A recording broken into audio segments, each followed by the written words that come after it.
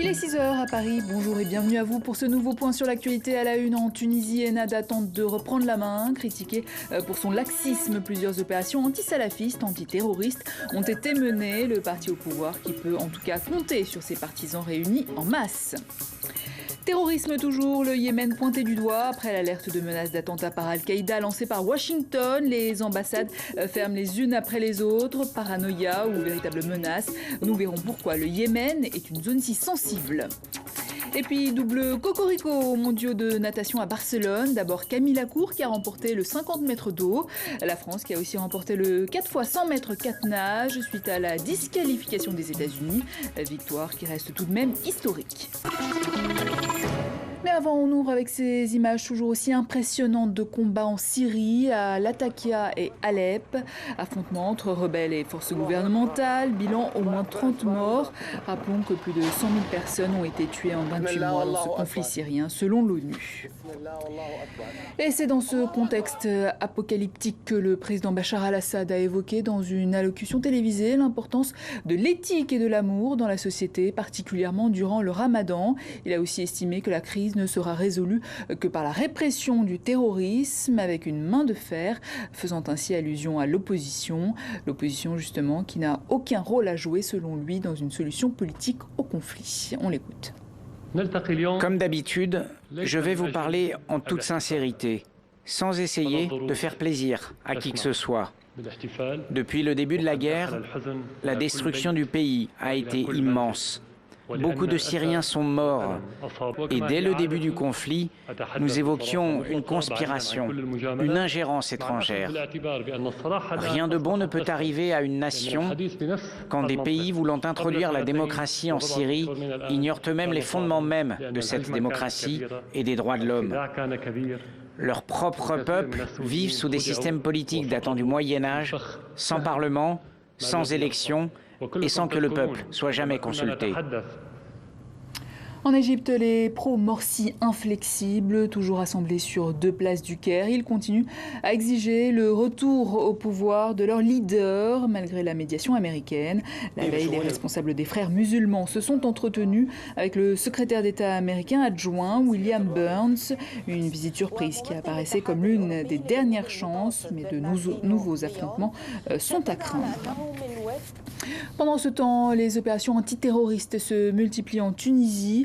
Depuis l'assassinat de l'opposant Mohamed Brahimi, le parti Ennahda au pouvoir est sous le feu des critiques. Accusé de laxisme envers les salafistes et les djihadistes, les autorités tentent de reprendre la main. Quant aux militants islamistes, ils étaient nombreux dans les rues de Tunis à montrer leur soutien. Baptiste Charbonnel. Un attroupement s'est formé après les échanges de tirs. Les voisins tentent d'apercevoir les hommes au sol, suspectés de terrorisme et délogés de leur maison. L'un d'eux a été tué, 4 autres arrêtés. La maison n'était pas suspecte parce qu'ils étaient nouveaux. Ils habitaient ici depuis 1 mois seulement. Nous n'avons pas vraiment eu le temps d'apprendre à les connaître. Une démonstration de force du gouvernement dirigé par les islamistes d'Ennahda. Longtemps accusés de laxisme, les autorités multiplient les actions anti-djihadistes. Un nouveau suspect dans l'assassinat de l'opposant Chokri Belaïd, tué en février, a été arrêté dimanche. Autre opération, toujours en cours, celle de l'armée contre un groupe terroriste au mont Chambi, où 8 soldats ont été tués lundi. Enfin, le Premier ministre a appelé les manifestants djihadistes à se rendre à la police, en promettant que ce geste serait pris en considération par la société et la justice. Le but de ces actions, tenter d'éteindre la contestation qui a grandi après l'assassinat du député d'opposition Mohamed Brahimi le 25 juillet. Le gouvernement cherche aussi à démontrer qu'il est soutenu par les Tunisiens. Dans la nuit de samedi à dimanche, ils étaient plusieurs dizaines de milliers place de la Casbah à Tunis pour soutenir Ennahda. L'opposition, elle, espère un large rassemblement ce mardi. Et puis cette première au Maroc, le roi Mohamed VI annule la grâce accordée aux pédophiles espagnols. Un peu plus tôt, dans un communiqué, le palais royal assurait que le roi n'était pas au courant de la gravité des crimes commis par cet homme. Une enquête a été ordonnée. Or, l'ancien détenu a déjà quitté le Maroc. Une décision toutefois à caractère exceptionnel, poussée par l'indignation de la rue. Des milliers de Marocains ont manifesté leur colère, manifestation durement réprimée par la police. Fermeture Fermeture d'ambassade à la chaîne au Yémen, une mesure de précaution après des menaces d'attentats de la part d'Al-Qaïda. L'alerte avait été lancée par Washington. L'Allemagne, le Royaume-Uni et la France n'ont pas tardé à réagir. Le Yémen serait-il devenu le centre névralgique de l'organisation terroriste? On voit cela avec Jeanne Assouli. Le Yémen, pays le plus pauvre de la péninsule arabique, est devenu le centre névralgique d'Al-Qaïda. Le mouvement terroriste est considéré par les États-Unis comme la branche la plus dangereuse du réseau extrémiste dans le monde. Le successeur de Ben Laden, Ayman al-Zawahiri, menace toujours l'Amérique. Dans un message diffusé il y a 4 jours, il incite les manifestants égyptiens à marcher sur l'ambassade des États-Unis. Les croisés et les laïcs, l'armée égyptienne ont suivi le complot américain qui veut renverser le président égyptien Mohamed Morsi. Depuis 10 ans, l'Amérique envoie régulièrement des drones survoler le Yémen. Ces dernières semaines, plusieurs combattants d'Al-Qaïda ont été tués. Les terroristes crient vengeance. Depuis 2011, le gouvernement yéménite est pro-américain. Le président Mansour Hadi veut récupérer la zone sud de son pays tombée dans les mains d'Al-Qaïda. Jeudi, il était à Washington. Barack Obama a salué sa lutte contre le terrorisme et lui a promis de l'aide et du matériel militaire pour venir à bout de l'organisation terroriste. Washington aurait intercepté des communications de l'organisation terroriste qui préparerait des attaques contre les intérêts américains et occidentaux. Il s'agit d'une menace liée à Al-Qaïda. Son but est d'attaquer les intérêts américains et ceux des Occidentaux en général. À la suite d'Obama, la Grande-Bretagne, l'Allemagne et la France ont donc fermé leur ambassade au Yémen et s'alignent sur les positions américaines. Au Yémen, désormais, Al-Qaïda ne fait plus recette. Les Yéménites sont fatigués, trop de morts et de souffrances. L'organisation terroriste est un frein pour leur pays. Dialoguer sur un pied d'égalité avec le reste du monde, c'est ce qu'a souhaité le président iranien Hassan Rouhani lors de sa prestation de serment. Le nouveau gouvernement a également été présenté, une équipe de technocrates plutôt expérimentés, de quoi redonner de l'espoir aux Iraniens et tourner la page Ahmadinejad. Karine Barzegar. Après la prestation de serment devant le guide suprême, c'est l'investiture devant le Majlis, le Parlement iranien. Une cérémonie en présence de dignitaires étrangers, une première en 34 ans de République islamique. La République islamique d'Iran cherche la paix et la stabilité dans la région. Nous ne cherchons pas à changer les frontières ou les gouvernements. Le système politique de chaque pays dépend de la volonté publique de ses citoyens. Nous sommes contre le changement des systèmes politiques via l'intervention étrangère. Une remarque à l'attention des États-Unis, bien sûr, mais aussi des monarchies du Golfe Persique, le Qatar et l'Arabie Saoudite. Le président iranien soigne son discours. Ses maîtres mots, modération, transparence et dialogue sur un pied d'égalité, y compris sur le dossier nucléaire. Si vous souhaitez avoir une réponse appropriée, vous devez vous adresser à l'Iran avec le langage du respect et non le langage des sanctions. Avec Hassan Rouhani, la République islamique espère tourner la page des 8 années de présidence de Mahmoud Ahmadinejad. Et pourquoi pas revenir sur les sanctions occidentales qui étranglent l'économie iranienne. Dans les rues de Téhéran, les Iraniens veulent y croire. Il a plus d'expérience politique que M. Ahmadinejad, notamment en diplomatie. Je pense que, comparé aux 8 dernières années, nos relations internationales vont s'améliorer. Les problèmes des jeunes, le chômage, les problèmes économiques, l'inflation, tout cela doit être réglé. Des problèmes que Hassan Rouhani devra régler d'urgence. Dimanche, le président iranien a nommé un cabinet de technocrates expérimentés pour tenter d'y remédier. Le gouvernement doit aller de l'avant, des mots rassurants signés Silvio Berlusconi dans un discours prononcé devant un millier de sympathisants réunis en signe de soutien devant son domicile romain. Il s'est appliqué à calmer le jeu dans la guerre des nerfs qui opposait la gauche et la droite depuis sa condamnation. Ce nouveau drame de l'immigration à présent à Lampedusa. 3 femmes ont perdu la vie au cours du voyage dans des embarcations de fortune. Les corps ont été abandonnés en mer. Les 180 autres immigrés, la plupart de nationalité somalienne, sont arrivés en 2 groupes sur la petite île italienne après un voyage qui a duré 5 jours.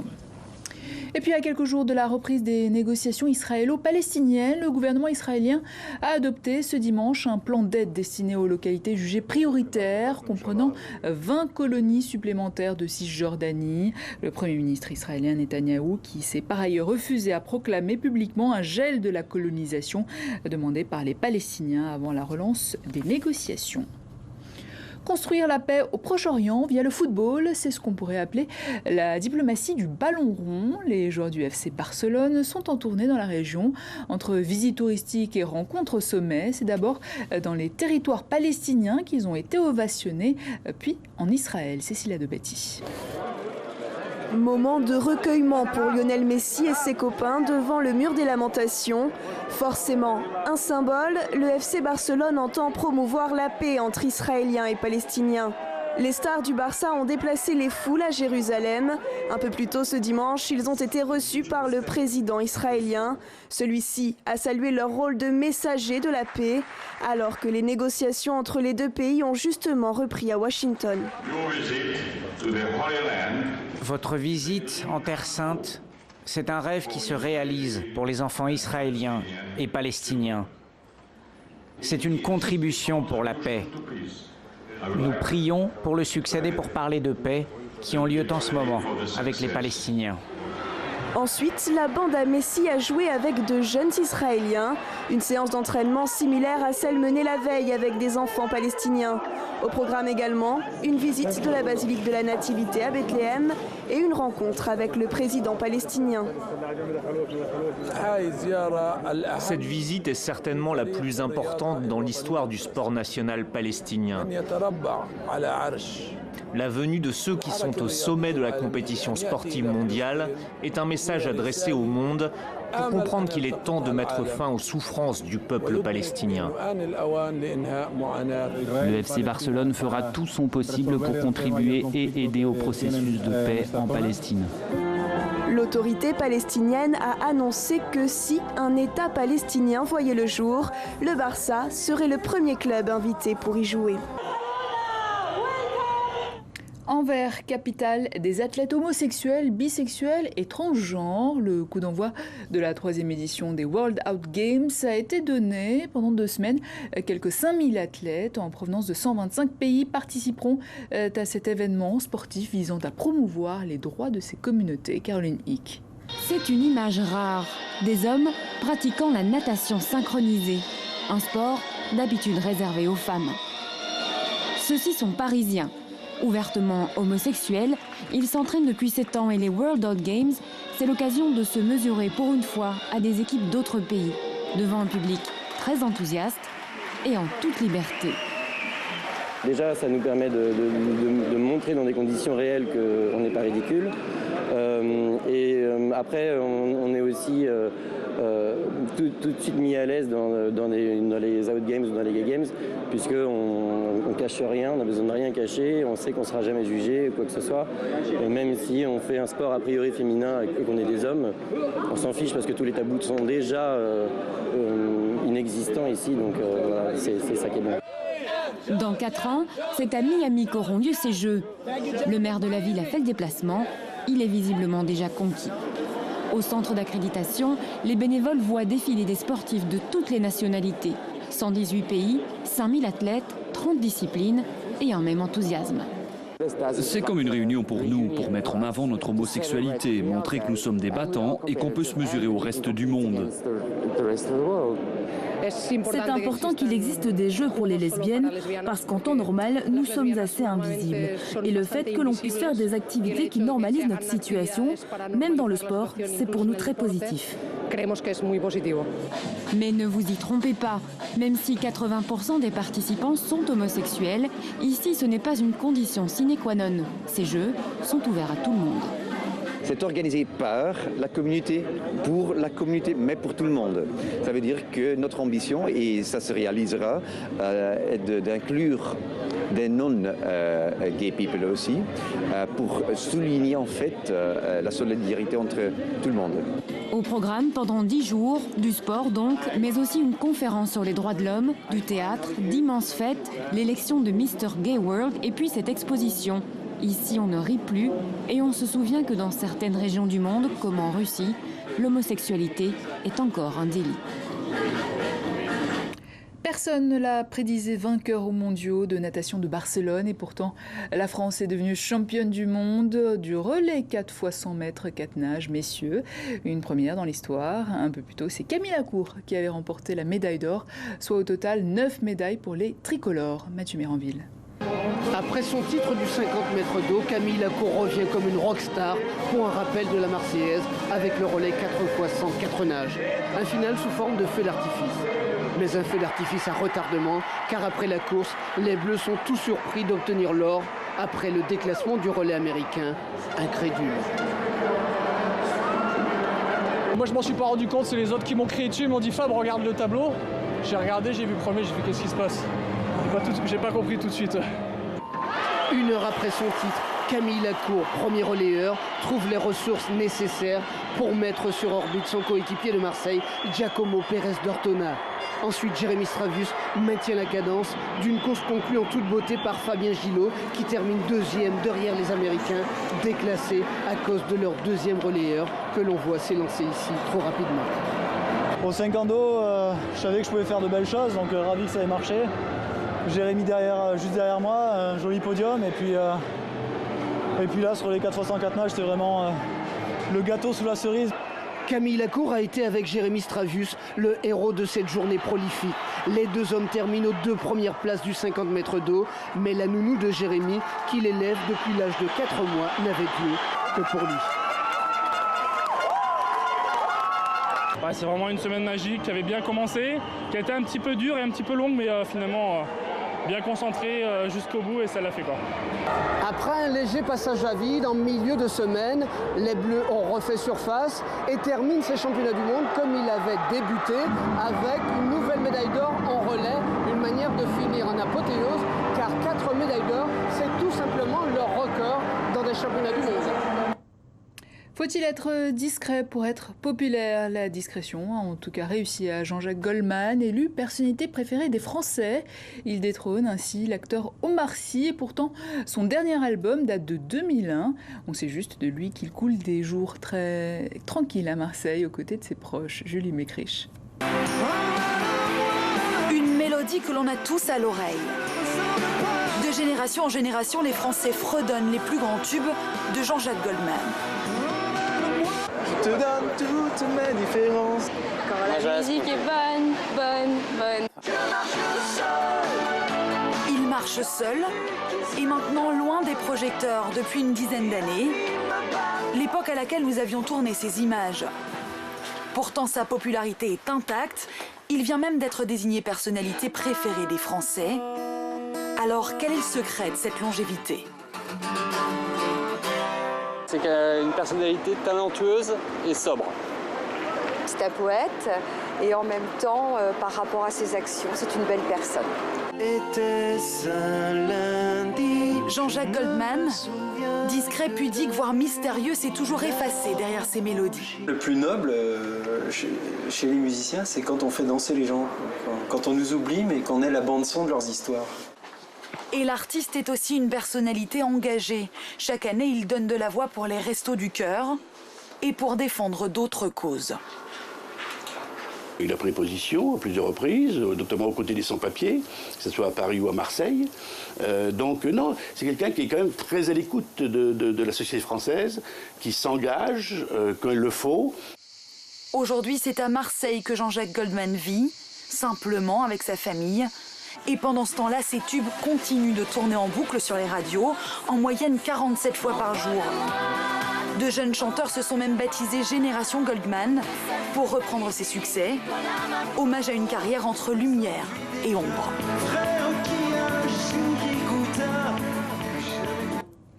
Fin de ce journal. Merci à vous de votre fidélité. L'info continue sur tv5monde.com. À très bientôt sur notre chaîne.